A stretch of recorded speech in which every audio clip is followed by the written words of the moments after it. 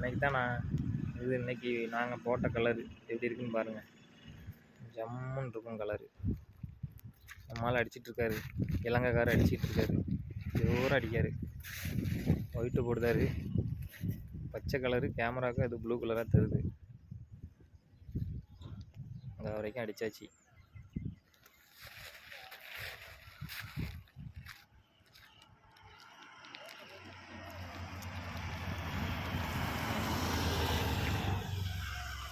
மேலேயும் கலர் போட்டோம். மேலே உள்ளது எப்படி இருக்கு பாருங்கள், சூப்பராக இருக்கா?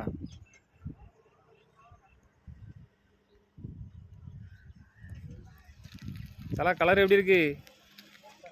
ஜம்முன்னு இருக்கா?